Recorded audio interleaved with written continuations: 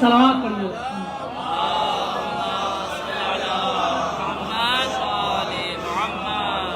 مجھے نہیں لگتا اس سے آسان تعریف ہو سکتی.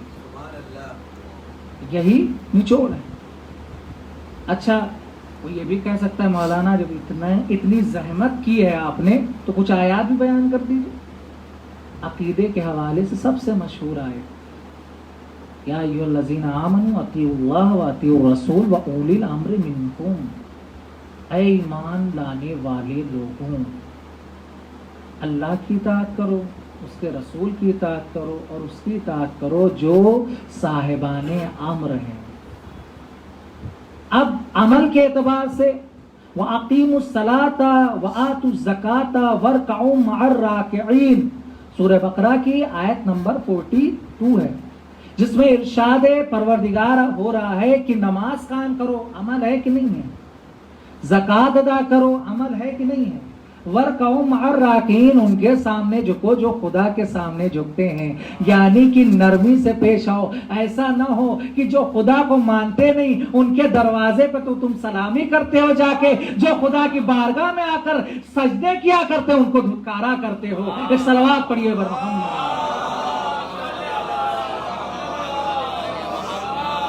ایسا نہیں ہونا چاہیے، بلکہ اس کے سامنے نرمی سے آپ پیش آئیے جو خدا کو مانتا ہے، خدا کی عبادت کرتا ہے، حسن سلوک سے پیش آتا ہے. اور اخلاق کے حوالے سے وَلَا تَنَابَزُوا بِالْأَلْقَابِ سورہ حجرات کی آیت نمبر 11، جس میں ارشاد ہو رہا ہے کہ کسی کو برے لقب سے نہ پکارو. اب کسی کا نام عمران، اس سے کہیں اے چنٹو ادھر آؤ، مجمع کے درمیان اے کلو ادھر آؤ. اگر اس کا رنگ سیاہ تو کہتے اے کلو ادھر آؤ، کیا اے کالیے ادھر آؤ. یہ کیا ہے؟ یہ برے لقب سے پکارنا ہوا کہ نہیں؟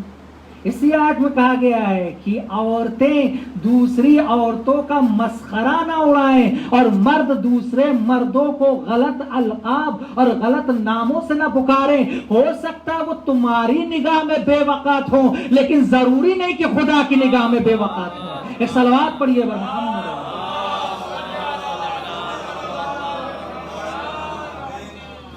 لہذا آپ طے نہیں کر سکتے، آپ فیصلہ نہیں کر سکتے، آپ کہیں سے بھی یہ نہیں کہہ سکتے کہ فلاں انسان بیکار ہے. نہیں، ہو سکتا ہے آپ کے نزدیک بیکار لگ رہا ہو لیکن خدا کے نزدیک نہیں ہو سکتا، اور شاید عزیز ہو خدا کے نزدیک.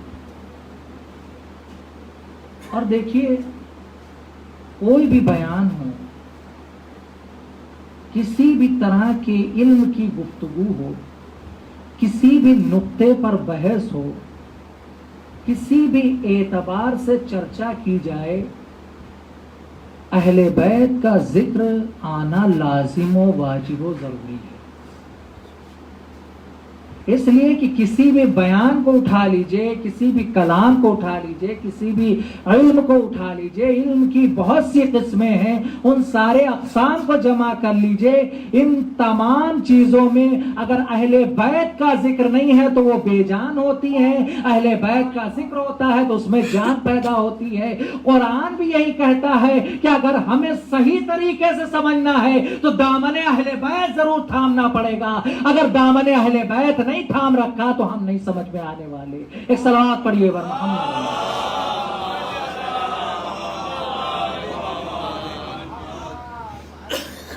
امام جعفر صادق علیہ السلام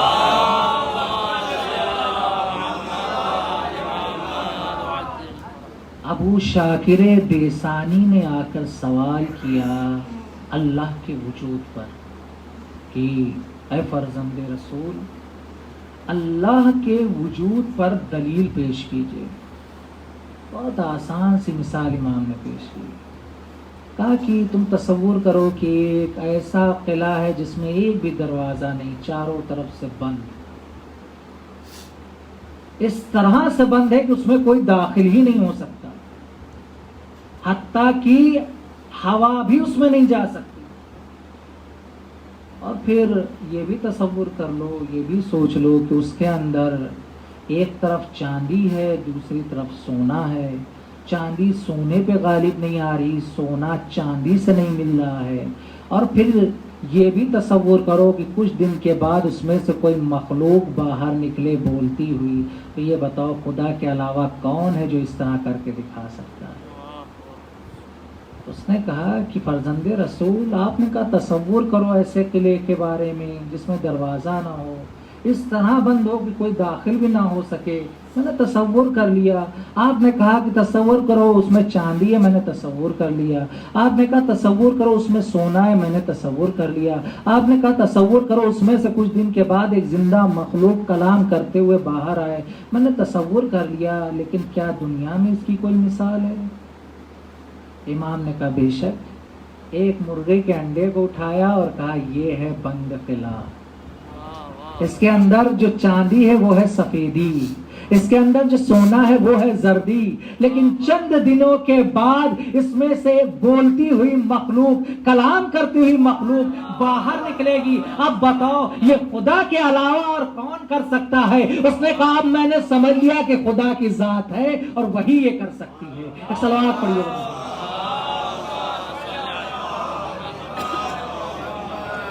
اب کوئی ہم سے یہ سوال نہ کرنے لگے کہ مولانا صاحب یہ بتائیے پہلے مرغی آئی یا انڈا آیا؟ ایک صلوات پڑھیے۔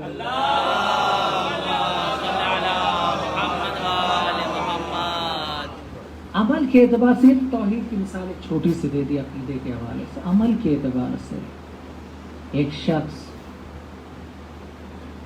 جو غریبوں کی، ناداروں کی، بے کسوں کی، لاچاروں کی، تنگ دست افراد کی، بیواؤں کی، یتیموں کی مدد کرتا تھا، لیکن کام تو اچھا تھا لیکن طریقہ غلط تھا۔ ہمارے یہاں اسی بات پر زور دیا گیا ہے، اور ہمارے مذہب اور فرقے کا نظریہ کچھ الگ اسی وجہ سے ہے کہ دوسرے فرق اور مذاہب میں یہ ہے کہ تمہارے سامنے صرف منزل ہونا چاہیے، راستہ چاہے جیسا ہو۔ ہمارے یہاں معصومین نے کہا ہے اگر منزل پاک و پاکیزہ ہے تو راستہ بھی صحیح ہونا چاہیے۔ وہ غریبوں کی مدد کرتا تھا، ناداروں کی مدد کرتا تھا، مصیبت زدہ افراد کی مدد کرتا تھا، تنگ دست لوگوں کی کمک کرتا تھا، لیکن راستہ کیوں غلط تھا؟ کون سا راستہ انتخاب کرتا تھا؟ ایک جگہ پہ جاتا تھا، انار کے ٹھیلے پہ گیا، 2 انار چپکے سے اٹھا لیے، چرا لیے۔ سیب کے ٹھیلے پہ گیا، 2 سیب اٹھا لیے۔ غلے کی دکان پہ گیا، غلہ نکال لیا۔ ڈرائی فروٹس کی دکان پہ گیا، بادام ہے، کاجو ہے، میوے نکال لیے، اور جا کر کے غریبوں کی مدد کر رہا ہے۔ پوچھا گیا ایسا کیوں کر رہے ہو؟ یہ تو راستہ غلط ہے۔ اب دیکھیں اس کا جواب کیا، قیاس جو اس نے لگایا، کیونکہ ہمارے یہاں قیاس آرائی حرام ہے۔ قیاس کیا لگا؟ کہا کہ دیکھیے اللہ ایک نیکی پر 10 نیکیاں دیتا ہے، اگر میں نے گناہ کیا ہے تو اس میں سے وہ کاٹ لے گا، مائنس کر کے جو کچھ بچے گا وہ ہمیں دے دے گا۔ امام تک جب یہ بات پہنچی، چھٹے امام جعفر صادق،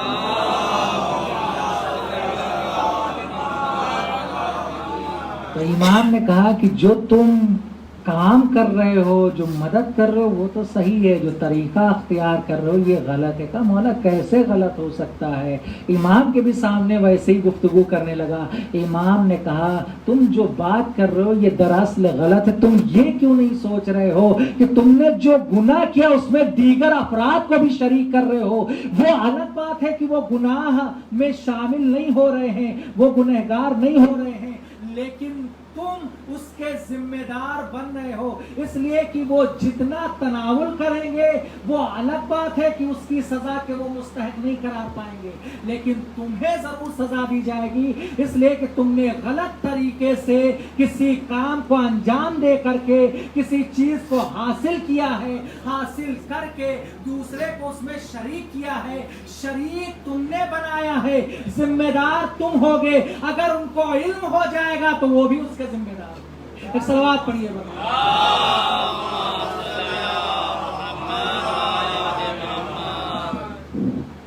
ایک صلوات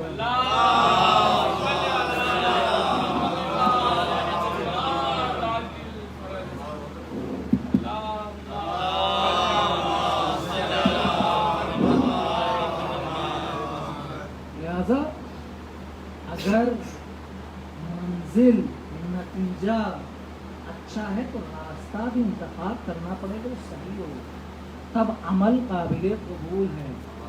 نماز ہم پڑھ رہے ہیں، ٹھیک ہے، واجب ہے، انجام دینا ضروری ہے، ترک کرنا حرام ہے، لیکن اگر ہم غصبی جگہ پہ پڑھ رہے ہیں، ولو وہ کام صحیح ہے لیکن پھر بھی غلط ہو جائے گا، اس کی جزا نہیں ملے گی، اس لیے کہ جس جگہ پر پڑھ رہے ہیں جو بیس ہے ہمارا وہ غلط ہے۔ جب بیس غلط ہے تو اس میں چاہے جتنی مضبوط عمارت اور چاہے جتنی چمکدار عمارت کھڑی کر دی جائے وہ بھی غلط ہوا کرتی ہے۔ ایک صلوات پڑھیے گا۔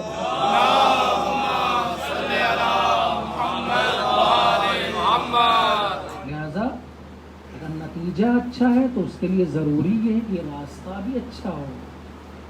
جس چیز کے لیے کام کر رہے ہیں، جس راستے کا انتخاب کر رہے ہیں، یہ دیکھیں راستہ صحیح ہے یا نہیں صحیح ہے۔ امام چھٹے امام جعفر صادق علیہ السلام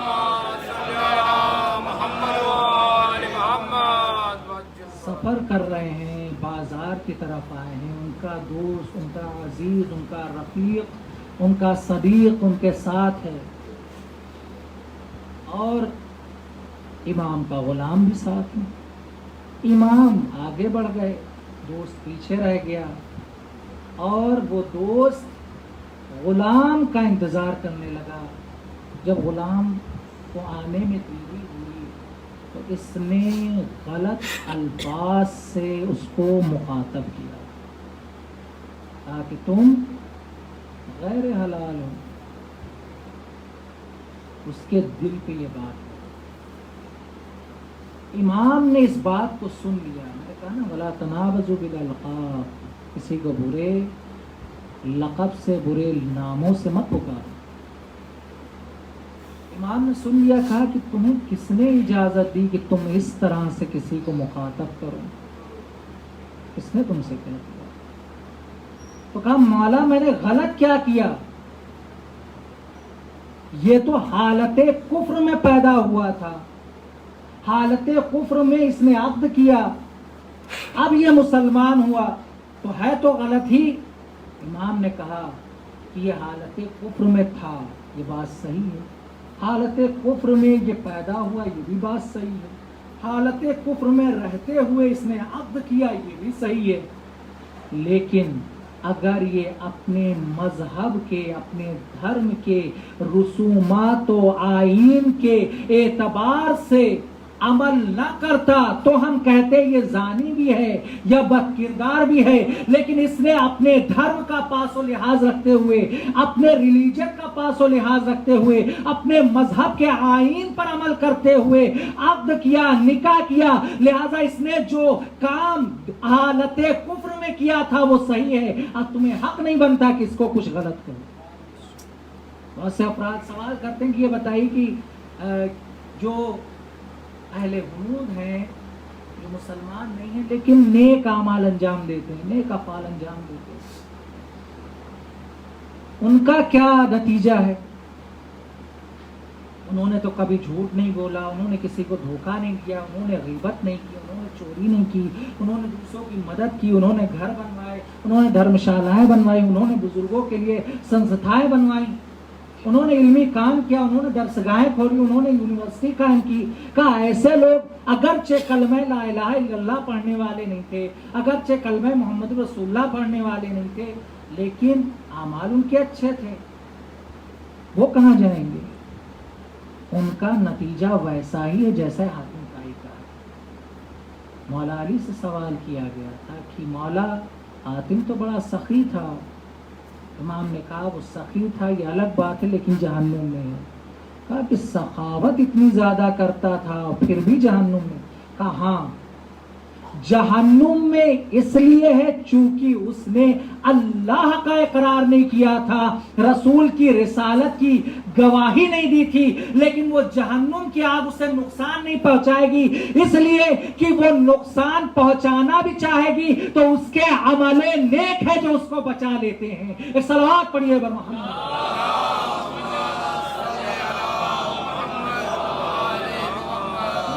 کوئی ضرورت نہیں ہے. کوئی اچھا کردار پیش کر رہا ہے تو اللہ جزا دیتا ہے، اس کو بغیر جزا کے نہیں چھوڑتا. الرحمن علم القرآن خلق الانسان علمہ البیان. سورہ رحمان کا نام رحیم کیوں نہیں رکھا گیا؟ سوال ہے اپنی جگہ. اور رحمان اور رحیم کے معنی کیا ہیں؟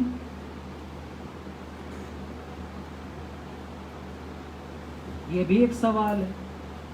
اگر رحمان اور رحیم کے معنی ایک ہیں تو دو لفظ کیوں رکھے گئے قرآن میں؟ یہ بھی ایک سوال ہے. کہا کہ رحمان اور رحیم دونوں کے معنی ہے بخشنے والے کی، مہربان کی. الظاہر دونوں کے معنی ایک ہی نظر آ رہے ہیں. تو اگر یہ مان لیں گے، تسلیم کر لیں کہ دونوں کے معنی ایک ہے، تو بسم اللہ کو رحمان پہ ختم ہو جانا چاہیے تھا، یا بسم اللہ کو رحیم پہ ختم ہو جانا چاہیے. یا رحمان الرحیم کیوں بیچ میں آیا؟ یا اسی طرح سورہ الحمد میں الرحمن الرحیم کیوں آیا؟ اس کا مطلب یہ ہے کہ جو رحمان میں ہے وہ رحیم میں نہیں ہے، جو رحیم میں ہے وہ رحمان میں نہیں ہے. اور معنی میں فرق پایا جا رہا ہے، تبھی دو لفظوں کو قرآن مجید میں ایک پاس جگہ دی گئی ہے، ورنہ پروردگار عالم کبھی عبث کلام نہیں کرتا. جو کچھ بھی ہے کسی نہ کسی مقصد سے. کہا کہ رحمان اسے کہتے ہیں جو دنیا میں رہنے والی اپنی تمام مخلوقات پر بغیر کسی نفع، بغیر کسی فائدے، بغیر کسی مطلب، بغیر کسی خواہش، بغیر کسی طلب کے ان کو فائدہ پہنچاتا رہے اور ان سے کچھ حاصل بھی نہ کرے، اسے رحمان کہتے ہیں.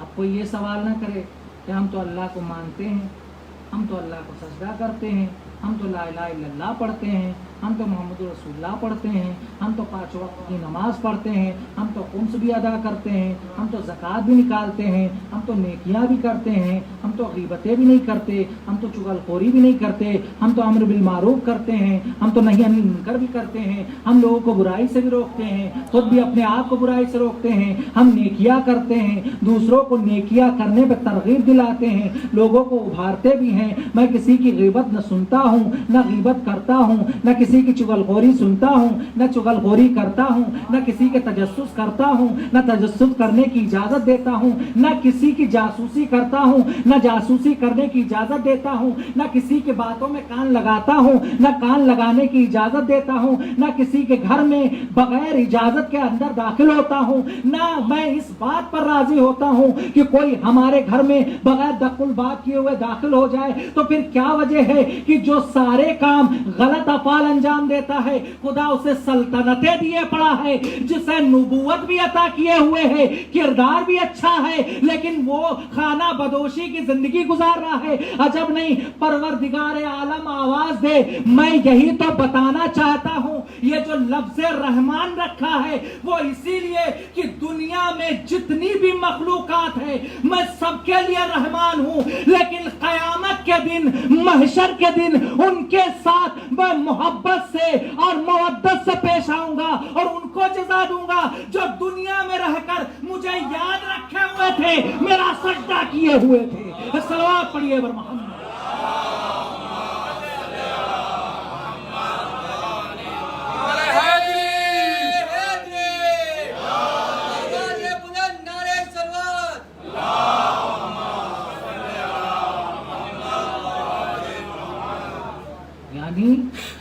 رحیم کے معنی یہ ہے کہ پروردگار محشر کے دن صرف ایک گروہ پر، خاص گروہ پر رحم کرے گا، جو اس کی عبادت کرنے والا ہو، جو اس کو ماننے والا ہو، جو اس کی توحید کا اقرار کرنے والا ہو، رسالت کی گواہی دینے والا ہو، علی ولی اللہ کہنے والا ہو.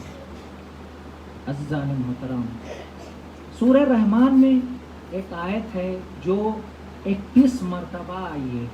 کوئی بتائے گا کہ کون سی آیت؟ ابھی آئیے آلائی ربکما تکذبان، آپ سب لوگ دہرائیے، اس کا ثواب ایک صلوات پڑھیے۔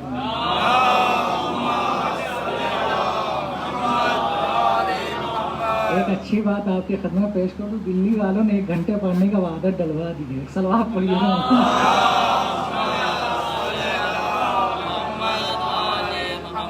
تو آیت ہے 31 مرتبہ تکرار ہوئی ہے، یہ بھی معجزہ ہے۔ آپ کہیں کیسے معجزہ ہے؟ اس میں کون سا اعجاز چھپا ہوا ہے؟ انصاف سے بتائیے، اگر جو یہ مجلس آج پڑھ رہا ہوں کل کے دن میں پڑھوں اور یہی میٹر پڑھ دوں، آپ کیا کہیں گے؟ کہ مولانا نے ٹہلا دیا، وہی مجلس دوبارہ ریپیٹ کر دی۔ کوئی ممتحن ایگزامنر جب سوال بناتا ہے تو کہیں لکھتا ہے تحریر کیجئے، تو کہیں لکھتا ہے رقم کیجئے، تو کہیں لکھتا ہے مقبول کیجئے، تو کہیں لکھتا ہے جواب دیجئے۔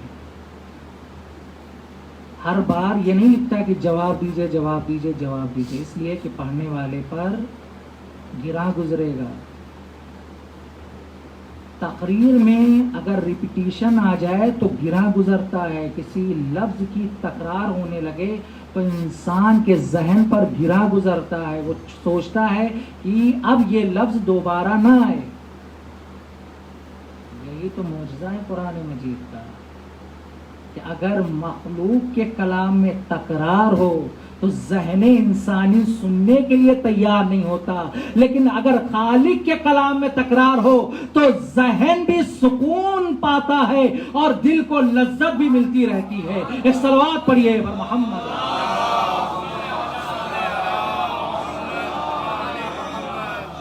ترجمہ کیا اس آیت کا؟ ابھی آئیے آلائی ربکما تکذبان، کیا ترجمہ؟ کہ تم ہماری کن کن نعمتوں کا انکار کرو گے، لیکن اصل ترجمہ پتہ ہے کیا ہے؟ تم ہماری کن کن نعمتوں کو جھٹلاؤ گے۔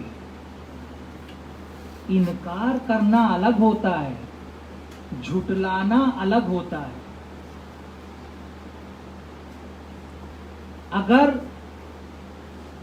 ڈاکٹر صاحب ہمارے یہاں آئے اور ہم سے ملاقات کر کے چلے گئے، ہم سے پوچھا ڈاکٹر صاحب آئے تھے، ہم نے کہا نہیں آئے تھے، یہ ہو گیا انکار۔ لیکن اگر ہم یہ کہیں کہ ڈاکٹر صاحب ہی نہیں ہیں، تو یہ ہو گیا جھٹلانا۔ ہمیں معلوم ہے کہ وہ ڈاکٹر ہیں، لیکن ہم پھر بھی جھٹلا رہے ہیں، ہم کہہ رہے وہ نہیں ہیں، یہ ہو گیا جھٹلانا، اور یہ سب سے زیادہ گرا گزرتا ہے۔ پروردگار عالم کن کن نعمتوں کو گنوا رہا ہے؟ میرے محبوب کون سی نعمتیں ہیں جن کو تو بتانا چاہ رہا ہے؟ کہا سورج دیکھا ہے، میں نے کہا ہاں، کہا یہ میری نعمت ہے۔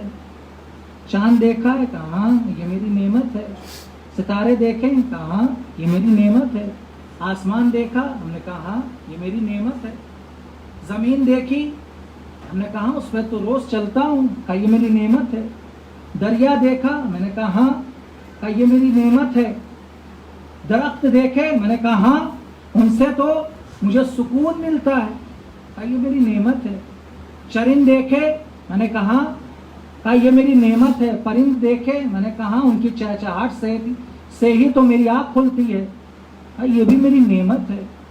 پرند دیکھے، کہاں یہ میری نعمت ہے۔ پروردگار یہ نعمتیں کیوں گنوا رہا؟ جنت پہ یقین ہے، میں نے کہا ہاں یہ میری نعمت ہے۔ سلسبیل پہ یقین ہے، میں نے کہا ہاں یہ میری نعمت ہے۔ حور پہ یقین ہے، کہا یہ میری نعمت ہے۔ چہرے کھلکھلانے لگے، صلوات پڑھیے۔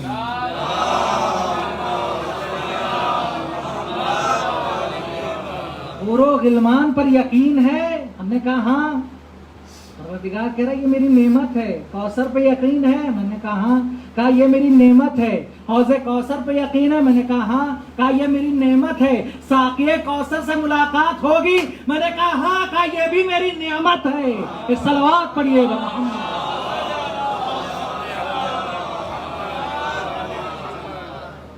کیوں گنوا رہا؟ کہا کہ سورج کو جب تم دیکھتے ہو تو میں تمہیں یاد آتا ہوں. بے شک تو یاد آتا ہے. کہا چاند کو تم دیکھتے ہو میں یاد آتا ہوں. کہا بے شک میں یاد آتا ہوں. ایک نتیجے تک لے جانا ہے. کہا کہ جو آکسیجن تم لیتے ہو اس سے میں یاد آتا ہوں. میں نے کہا کبھی یاد تو آیا ہو یا نہ آیا ہو، لیکن کورونا کال میں سب کو تو یاد آ گیا. ایک صلوات پڑھیے مل جل کر بر محمد.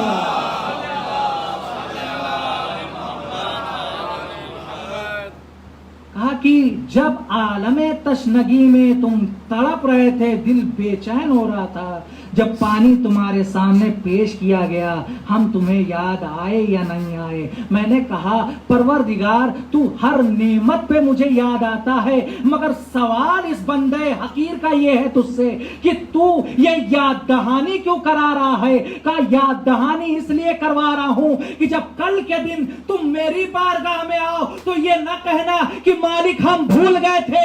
بھلایا اسے جاتا ہے جہاں اللہ یاد نہ آئے. میں بھی تمہارے سامنے رہا، میرے آثار بھی تیرے سامنے رہا. صلوات پڑھیے.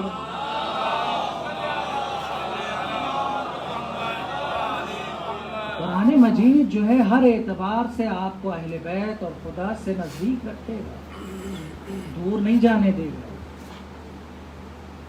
قرآن مجید جو ہے آپ کو ہدایت ہی کرے گا،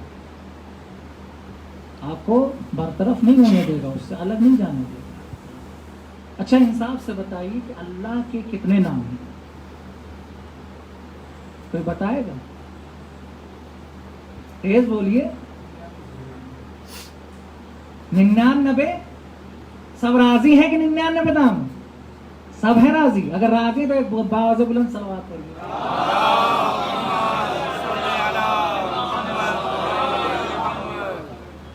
سام نہیں ہے، لیکن میں کہہ رہا ہوں نہیں 99 نہیں 1000 نام ہے. دعائے جوشن کبیر نہیں کبھی تو ماہ رمضان ہے تو ضرور پڑھتے ہیں. ہر دعا میں 10 نام ہیں اور 100 دعائیں اس میں ہیں، تو 100 کو 2 10 سے جو ہے گڑا کر دیجئے تو کیا ہوگا؟ 1000 ہوں گے کہ نہیں ہوں گے؟ لیکن میں یہ بھی نہیں کہوں گا کہ 1000 نام ہے، اس لیے کہ جو ذات لامحدود ہے اسے ناموں کے ذریعے محدود نہیں کر سکتا. اور یہ اس کے نام نہیں ہیں، یہ بچوں کو سمجھانے کے لیے کہے جاتے ہیں نام ہے، بلکہ اس کے صفات ہیں. نام صرف اللہ ہے، صرف اللہ ہے. ہمارے بعض علماء نہیں، اکثر علماء کا طریقہ کار یہ رہا ہے کہ جب بھی وہ وائٹ بورڈ ہو بلیک بورڈ ہو کسی پر بھی وہ نام لکھتے تھے تو الف بنا کر 3 بندیاں رکھتے تھے. کہتے تھے کہ نہیں ہمیں یہ بھی برداشت نہیں کہ اس کے نام کو ہم مٹائیں، ہمیں یہ بھی قبول نہیں. کہ ہمارے علماء کا طرز عمل رہا ہے، طریقہ کار رہا ہے. رحمان صفت ہے، رحیم صفت ہے، قیوم صفت ہے، عالم ہونا صفت ہے، ساری صفتیں ہیں. لیکن ایک صفت ہے متکبر. اللہ متکبر ہے، سب جانتے ہیں کہ متکبر ہے. تکبر کب آتا ہے؟ عام طور پہ جب ہمیں اچھی پوسٹ مل جائے تو ہمیں تکبر آ جائے گا. ہمیں اچھا ممبر مل جائے، جیسے یہ ممبر مل گیا تو ہمیں تکبر ہو گیا کہ میں دلی میں سب سے بڑی جو مرکزی جگہ ہے سیوک پارک، اس میں خطاب کرتا ہوں، وہاں کا امام جمعہ ہوں. یہ ہے تکبر. اچھی پوسٹ مل جائے تو تکبر، شکل و صورت اچھی مل جائے تو تکبر. یعنی اگر انسان کو اپنے سے ما سوا حاصل ہو جائے تو انسان میں تکبر پیدا ہو جاتا ہے. سوال یہ ہے کہ اللہ کے پاس ایسی کیا چیز ہے جس پہ وہ کہہ رہا ہے کہ میں متکبر ہوں، انا متکبر، میں متکبر. سورج کو خلق کیا، کیا اس نے کہا کہ میں متکبر ہوں؟ چاند کو خلق کیا، کیا کہا متکبر؟ نہیں. میرے معبود آخر کیا بات ہے؟ میں نے بڑا مطالعہ کیا، کوشش کی کہ نتیجہ نکالا جائے، بس ایک جگہ پہ آ کر رک گیا، میں سمجھ گیا اس کے علاوہ اور کچھ نہیں ہے۔ پروردگار عالم بتانا چاہتا ہے کائنات کی ہر چیز خلق کی، لیکن میں نے کبھی نہیں کہا کہ میں متکبر ہوں، نہ خلق کرنے کے بعد ناز کیا، لیکن ہاں جب میں نے پنجتن کو خلق کیا تو میں نے ناز کیا، جیسا محمد بنا دیا ویسا کوئی دوسرا محمد نہیں بن سکتا، جیسی فاطمہ خلق کر دی ویسی کوئی زہرا مرضیہ نہیں خلق ہو سکتی، جیسا حسن بنا دیا ویسا کوئی حسن نہیں آ سکتا، جیسا حسین بنا دیا ویسا حسین کوئی خلق نہیں ہو سکتا، جیسا علی پیش کر دیا ویسا کوئی زمانہ علی نہیں پیش کر سکتا۔ صلوات پڑھیے۔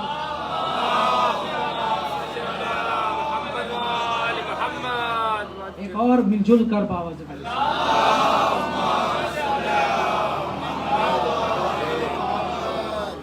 اچھا ایک چیز اور بھی ہے، ہمارے اور آپ کے نام میں سے اگر ایک حرف نکال دیا جائے تو ہماری آئیڈینٹی ختم ہو جائے گی، ہماری پہچان ختم ہو جائے گی۔ اگر ذیشان کی جگہ یشان آ جائے تو اسی پہ تو نہ جانے برسوں برس تک تو مقدمے ہوا کرتے زمین کو لے کر کے۔ لیکن کیا اللہ کے نام میں کسی ایک حرف کو کم کر دیا جائے تو کیا اللہ کا نام معنی کے اعتبار سے ادھورا ہو جائے گا؟ صرف ایک نام ہے اللہ، چلیے دیکھ لیتے ہیں۔ پورے اسم اللہ کو سامنے رکھ کر قرآن کی آیت پڑھتے ہیں۔ ایک صلوات پڑھی اور اللہ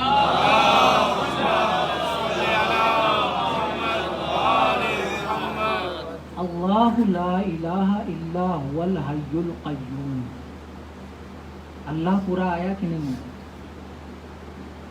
معنی پورے ہیں۔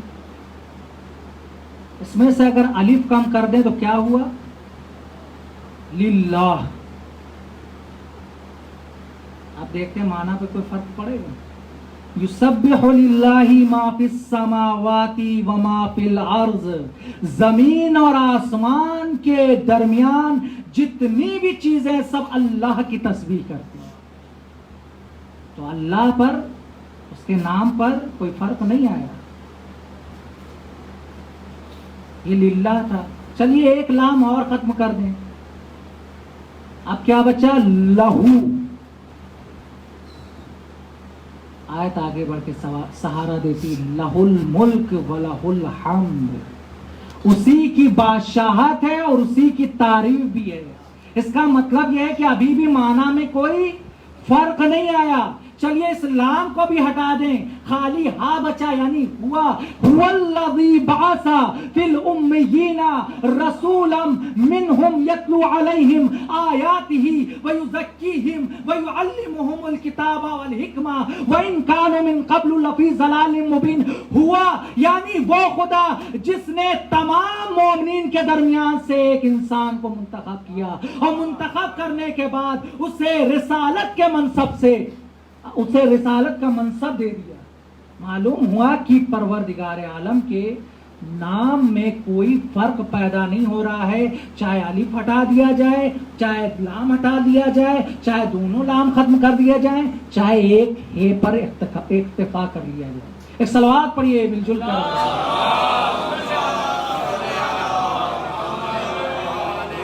اس کا مطلب یہ ہے کہ خدا کی ذات پر اثر پڑنے والا نہیں ہے، رحمان ہے وہ ذات، بڑی بخشنے والی ہے، جس نے قرآن کی تعلیم دی اور انسان کو خلق کیا۔ قسم خدا کی یہ آیت سمجھ میں نہ آتی اگر علی نے آغوش رسالت میں آ کر قرآن کی تلاوت نہ کی ہوتی۔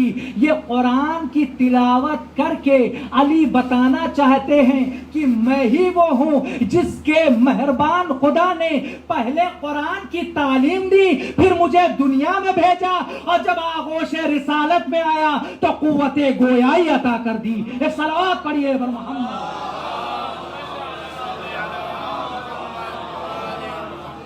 بحث سے ہٹ کر کے آپ قرآن کو نہیں سمجھ سکتے. قرآن کو سمجھنا ہے تو دامن اہل بیت کو تھامنا پڑے گا. قرآن کے بغیر کچھ نہیں ہے. ایک خاتون ہے کہ جو مرنے کے قریب ہے، اپنے بیٹے سے کہتی ہے کہ میرے بچے، میرے لال، میری قبر پہ قرآن کی تلاوت کرنا آتا ہے. ماں ہے، بیٹے سے کہہ رہی ہے. ماں سپرد لحق کر دی جاتی ہے. بیٹا ہے، ہر شب جمعہ آ کر قرآن کی تلاوت کرتا ہے. ایک رات ایک شب ماں خواب میں آتی ہے اپنے بیٹے کے، اور آنے کے بعد کہتی ہے کہ میرے لال تمہارا بہت شکریہ. بیٹا عالم خواب میں دیکھ رہا ہوتا، کہتا ہے اماں آپ تو بڑے سکون سے ہیں، سر سبز و باغات ہیں، کیا حساب و کتاب نہیں ہوا؟ کیا برزخ کا سفر آپ نے طے نہیں کیا؟ کیا عذاب خدا سامنے نہیں آیا؟ کیا اس سے کوئی پریشانی آپ کو نہیں ہوئی؟ کہا میرے لال عذاب خدا بھی منہ پھاڑے کھڑا تھا، برزخ کا سفر بھی سامنے تھا، قبر کی تنگی بھی موجود تھی، اور زمین ہمیں دبانے بھی والی تھی، لیکن تیرے قرآن کی تلاوت نے ان تمام چیزوں سے مجھے آزاد کر دیا، تیری ماں کو بچا لیا. آج جو کچھ ہے وہ اس کے سبب ہے جو تو میری قبر پر آ کر کے قرآن کی تلاوت کرتا ہے. جب یہ بیٹا اپنی ماں کی قبر پر آتا تھا، ابھی یہ اپنی ماں کی قبر پہ بھی نہیں پہنچ پاتا تھا، قصد کرتا تھا، گھر سے باہر نکلتا تھا، ساکنان قبور جو ہیں وہ آ کر کے اس کی ماں کو مبارکباد دیتے تھے اور کہتے تھے مبارک ہو تمہیں، تمہارا بیٹا تمہاری قبر پر آ کر تلاوت کرنے والا ہے. میں سوال کرنا چاہتا ہوں، تم کیوں مبارکباد دے رہے ہو؟ تم کیوں خوشخبری دے رہے ہو؟ پلٹ کر وہ یہ کہیں گے کہ دیکھو جب یہ تلاوت کرتا ہے تو اس کی ماں کی قبر کے نزدیک 40 قبریں ہوتی ہیں، ان 40 قبروں پر سے عذاب خدا ہٹ جاتا ہے اور رحمت خدا کی بارش ہونے لگتی ہے. صلوات پڑھیے محمد.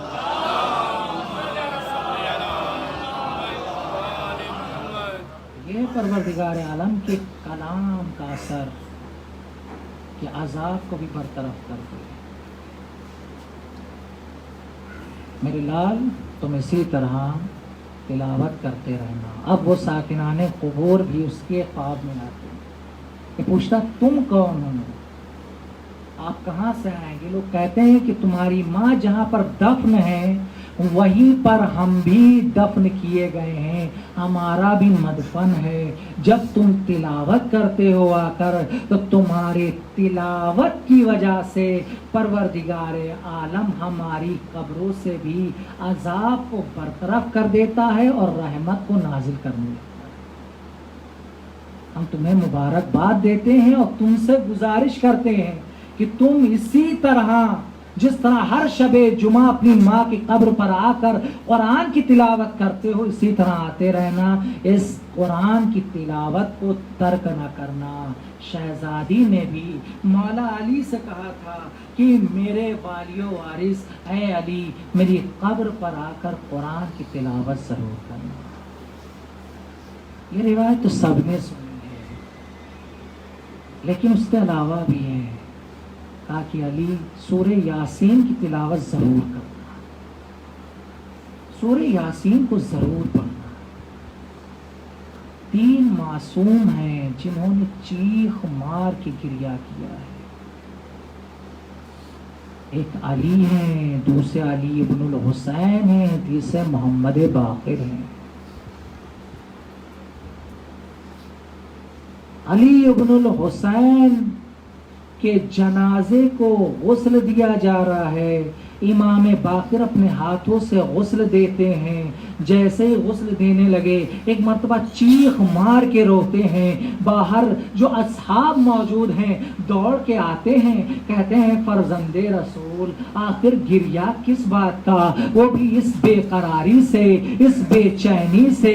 ہم نے ایسا گریا کربلا میں نہیں دیکھا, ہم نے ایسا گریا آپ کا شام اور کوفہ میں سفر کرتے ہوئے نہیں سنا, لیکن اس وقت کس طرح کا گریا؟ امام نے کہا کہ جب میں اپنے بابا کو غسل دینے لگا تو میرا ہاتھ میرے بابا کے پشت سے گزرا, اور جیسے گزرا تو ایسا معلوم ہوا کہ جیسے میرا بابا ابھی کربلا شام کا منظر اور سفر طے کر کے یہ چلا آ رہا ہے. ایسا معلوم دیتا ہے کہ درے کے نشان تازہ ہے, ایسا معلوم دیتا ہے تازیانے کے نشان تازہ ہے, ایسا معلوم دیتا ہے کہ ابھی گلے سے خاردار تاک اتارا گیا ہے. ایسا محسوس ہوتا ہے کہ ابھی ہتکلیاں بیڑیاں ان کو الگ کیا گیا ہے. جزاکم اللہ خیر الجزا. خدا کوئی غم نہ دے سوائے غم سید الشہداء کے. دوسرا مقام علی ابن الحسین کا ہے. جب شہزادی سکینہ کی روح قفس انصری سے پرواز کر گئی, غسالہ نے غسل دینے سے انکار کر دیا. ہاں ادھر جنازے کو اٹھایا. نہیں معلوم, بس ایک چھوٹا سا سوال آپ کی خدمت میں پیش کرنا ہے. ایک بات بتائیے, جس انسان کے ہاتھوں میں ہتکڑیاں ہوں, پیروں میں بیڑیاں ہوں, کمر میں لنگر ہو, گلے میں خاردار توق ہو, وہ کیسے جنازے کو اٹھانے کے لیے زمین پہ بیٹھا ہوگا؟ تصور شد. اور اگر بیٹھ بھی گیا تو اس جنازے کو کس طرح میرا امام اٹھا رہا ہوگا نہیں معلوم. مگر ہاں اگر امام نے اٹھا بھی لیا تو کم سے کم ایک آدمی کی جو ضرورت اور پڑتی ہے جو قبر میں بچی کا جنازہ اتارے.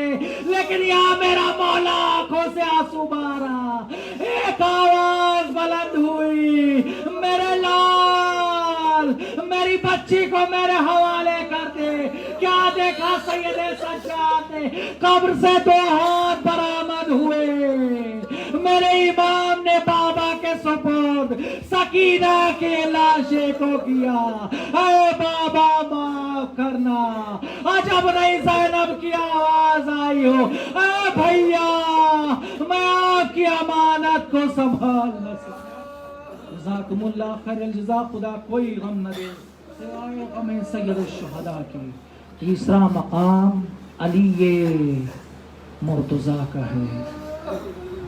میرا مولا غسل دینے گیا, چیخ مار کے روتا ہے. 2 روایتیں. ایک روایت یہ ہے کیونکہ ماں کے حوالے سے مجلس ہے, ایک روایت یہ ہے کہ سلمان فارسی باہر بیٹھے ہوئے تھے, گلی میں تھے, آواز سنی, فوراً ہی گھر میں داخل ہوئے. اور سوال کیا میرے مولا اس طرح سے چیخ کر رونے کا سبب کیا ہے؟ اور دوسری روایت یہ ہے کہ جب میرا مولا چیخ مار کے رویا تو زینب نے آ کر کے ننھے ہاتھوں سے بابا کے ابا کے دامن کو پکڑ کے کہا, میرے بابا, پیارے بابا, دلارے بابا, یہ بتائیے کہ آپ اس طرح چیخ مار کے کیوں روئے؟ آپ نے ہم سے تو منع کر دیا کہ تم گریا نہ کرنا, کئی دوسرے لوگ نہ آ جائے, لیکن آپ نے کیوں گریا کیا؟ میرے مولا نے کچھ نہیں کہا بلکہ ہاتھوں سے اشارہ کیا. ننھی سی زینب غسل خانے میں داخل ہوئی. اب جو جاتی تو دیکھتی ہے پورا جسم صحیح و سالم ہے, لیکن ایک ہاتھ سینے پہ رکھا ہوا ہے. زینب کو منظر یاد آ گیا کہ جب اماں بابا کے ابا کے دامن کو پکڑے ہوئے روک رہی تھی, لائن تھے بابا کو کھینچ رہے تھے, اس وقت ایک ظالم نے ارے تازیانہ لہراتے ہوئے شہزادی کی ہاتھ پر ایسا وار کیا کہ میری شہزادی کہاں شکست ہو. جزاکم اللہ خیر الجزا. خدا کوئی غم نہ دے سوائے غم سید الشہداء. جنازہ تیار ہوا، صحن خانہ میں رکھ دیا گیا. کہا حسن آؤ اپنی اماں کو الوداع کہہ دو، رخصت بولو. زینب آؤ اپنی اماں کے گلے لگ لو. ام کلثوم اپنی اماں کو وداع کہہ دو. آخر میں امیر المومنین کی نگاہیں کسی کو تلاش کر رہی ہیں. دیکھا کہ حسین نظر نہیں آتے. پوچھا حسین کہاں ہے؟ سسکیوں کی آواز حسین کی علی کے کانوں سے ٹکرائی.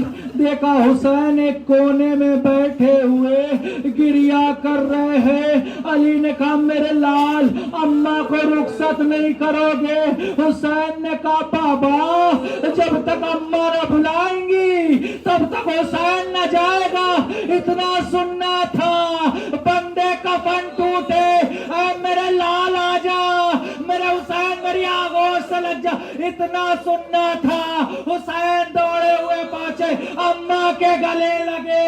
عجب نہیں، حسین نے کہا اے اماں آج آپ نے بلایا، میں دوڑا چلا آیا، لیکن جب مقتل میں زمین پر گر رہا ہوں اور تب میں کہوں گا اماں مدد کیجئے، اس وقت آ جائیے گا.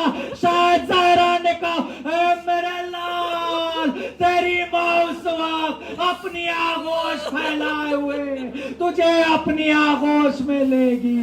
جزاکم اللہ خیر الجزا. خدا کوئی غم نہ دے سوائے غم سید الشہداء کے. ہاں یہ جنازہ شب کی تاریکی میں اٹھا. ماں کا جنازہ ہے، بچے یتیم ہیں، بچے یتیم ہو چکے ہیں. زینب ام کلثوم یتیم ہو چکی، حسن و حسین یتیم ہو چکے. شہزادی کا جنازہ قبرستان جنت البقیع میں پہنچتا ہے. جنازے کو امیر المومنین ہاتھوں میں اٹھاتے ہیں. ایک بات بتائیے، اگر نامحرم کا جنازہ ہو تو کیا شریعت کہتی ہے؟ شریعت کہتی ہے نامحرم کا جنازہ ہو تو اس جنازے کو محرم ہی اٹھا سکتا ہے. ایک بات انصاف سے بتائیے، جب کسی بڑے کا جنازہ ہوتا ہے تو ایک جنازہ اٹھانے والا ہوتا ہے، ایک قبر میں اتر جاتا ہے تاکہ اسے صحیح طریقے سے قبر تک پہنچائے. ایک قبر کے اور اس انسان کے درمیان کھڑا ہوتا ہے جو جنازے کو لیے کھڑا ہوتا ہے تاکہ اسے سہارا دے سکے، تاکہ آسانی سے جنازے کو قبر کے سپرد کیا جا سکے. لیکن یہ اکیلا امیر المومنین آج خود جو سب کی مشکل کشائی کرتا ہے، بظاہر مشکل کشائی کرنے والا مشکل میں پڑا ہوا شاید یہ سوچ رہا ہو کہ زہرا کے جنازے کو سپرد لاج کیسے کیا جائے. حسن ہے مگر چھوٹے ہیں، حسین ہے مگر چھوٹے ہیں، سہارا نہیں دے سکتے. لیکن ہاں ادھر سے دو ہاتھ برآمد ہوئے. اے میرے داماد، اے میرے وسیع، اے میرے جانشین، اے علی میری بیٹی کو حوالے کر دو.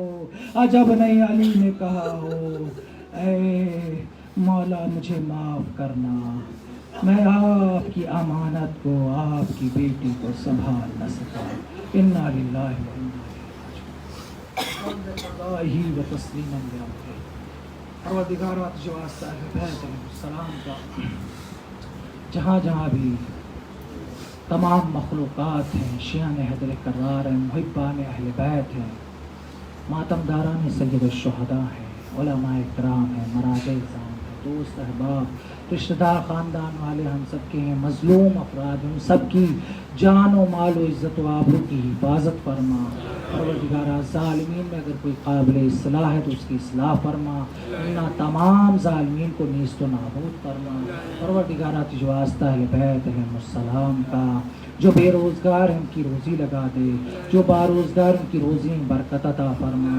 جن کی طرف سے اس مجلس کا انعقاد کیا گیا ہے ان کو صبر جمیل عطا فرما، مرحومہ کو یعنی ان کی والدہ کے درجات کو بلند فرما، ان کی مغفرت فرما، ان کو جوار معصومین علیہ السلام میں جگہ عنایت فرما، مرحومہ کے گھر والے، ان کے بچے، ان کے پسماندگان، ان کے رشتہ دار، ان تمام افراد کو صبر جمیل عطا فرما۔ پروردگارہ جو واسطہ اہل بیت علیہ السلام کا جو بے خطا اسیر ہیں انہیں رہائی عطا فرما۔ پروردگارہ جو مقروضین ہیں ان کا قرض غیب سے ادا فرما، ہماری اس مختصر سی عبادت کو قبول فرما۔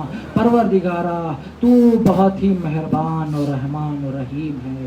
پروردگارہ ہمارے گناہوں کو معاف کر دے۔ پروردگارہ ہمیں اہل بیت کو شفاعت کا ذریعہ قرار دے۔ پروردگارہ تجھ واسطہ اہل بیت علیہ السلام کا ہمارے امام کے ظہور میں تعجیل فرما، ان کے اعوان و انصار میں شمار فرما۔ ربنا تقبل منا انک انت السمیع العلیم۔ ایک مرتبہ سورہ حمد اور 3 مرتبہ سورہ توحید کی تلاوت فرما کر مرحومہ راشدہ ماجد بنت اکبر علی کی روح کو احسان کر دیں، اور دیگر جتنے بھی ان کے گھر میں مرحومین و مرحومات ہیں ان سب کو بھی احسان کر دیں۔